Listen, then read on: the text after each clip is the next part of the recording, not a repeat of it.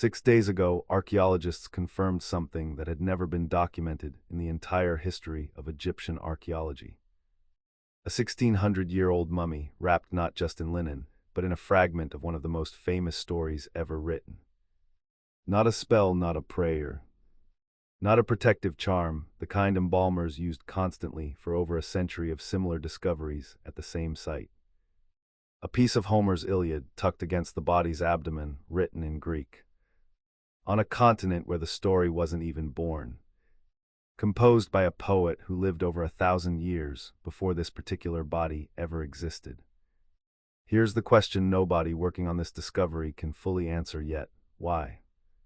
The mummy was found at Oxyrhynchus, an ancient city buried beneath the modern Egyptian town of Al-Banasa, roughly 124 miles south of Cairo.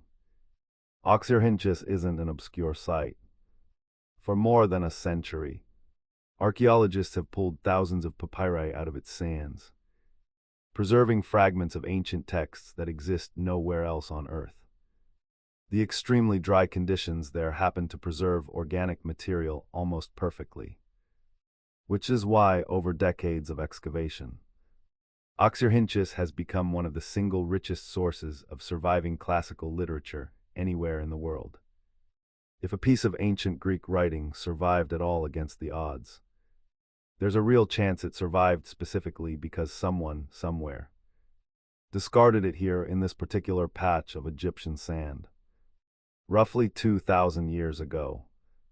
Between November and December of 2025, a team led by archaeologist Nuria Castellano, working with the Oxyrhynchus Archaeological mission through a joint partnership between the University of Barcelona and the Institute of the Ancient Near East, excavated a Roman-era tomb, catalogued as Tomb 65, in Sector 22 of the site's cemetery. The tomb itself had already been looted at some point in antiquity or in more recent history, which makes the survival of anything undisturbed inside it, let alone something this significant, even more unexpected. Inside, they found a mummy roughly 1,600 years old, dating to the period when Rome controlled Egypt.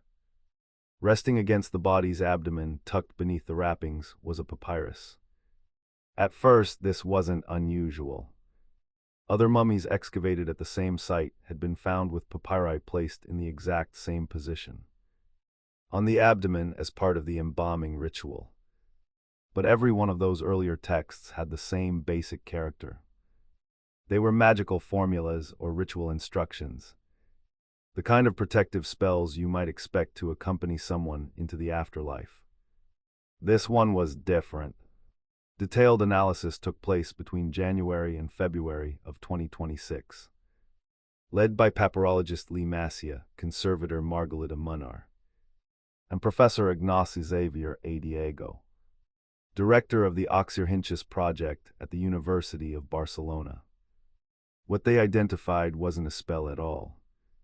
It was a passage from Book 2 of the Iliad, specifically the section scholars call the Catalogue of Ships, one of the longest and most famous passages in the entire poem.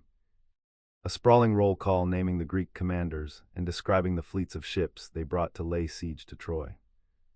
The narrator opens that section by calling directly on the Muses, asking them to name each lighter since only they, present everywhere at once, could possibly know every name and every detail across such an enormous army.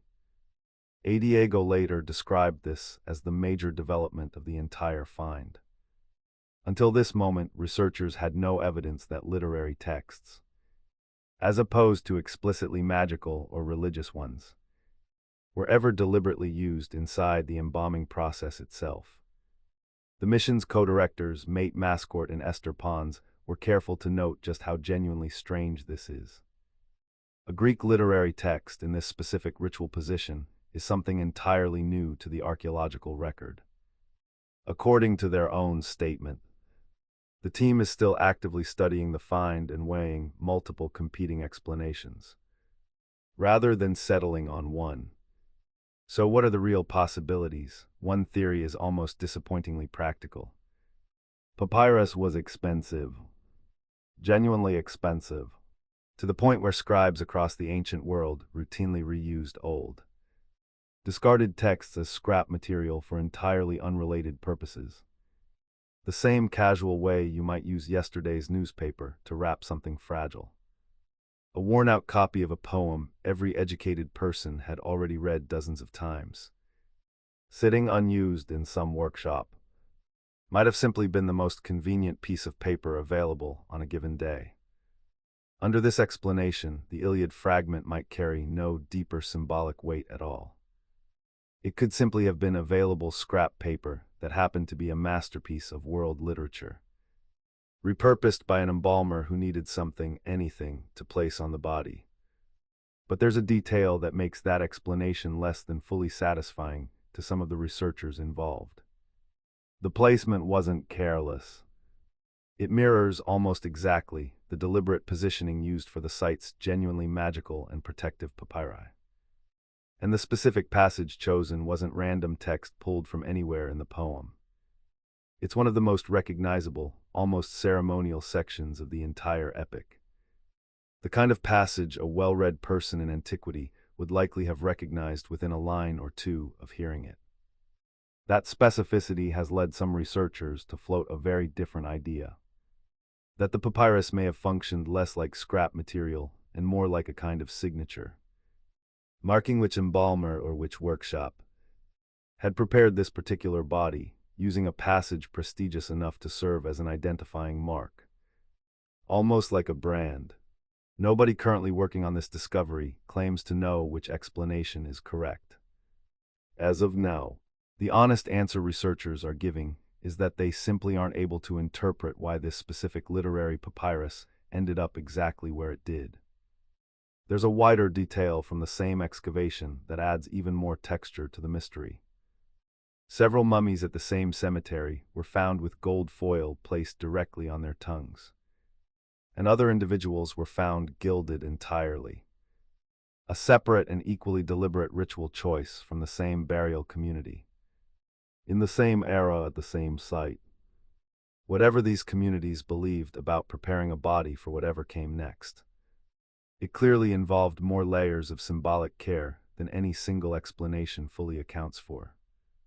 The literary papyrus may simply be one more piece of a much larger, still poorly understood set of burial customs practiced at Oxyrhynchus during the Roman period.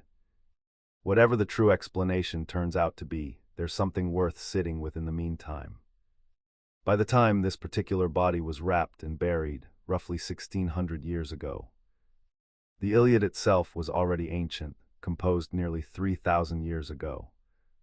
Already a foundational, almost sacred piece of literature by the era of this burial. The way a work from the earliest days of written history might feel to us today.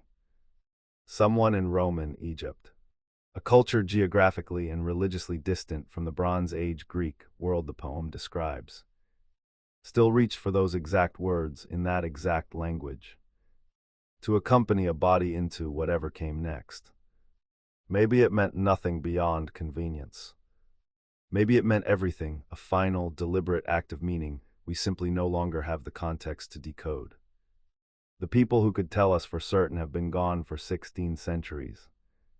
And the only voice that survived from that moment is the one written 3,000 years ago, calling out the names of soldiers bound for a war that had already ended long before either the poem or the mummy existed.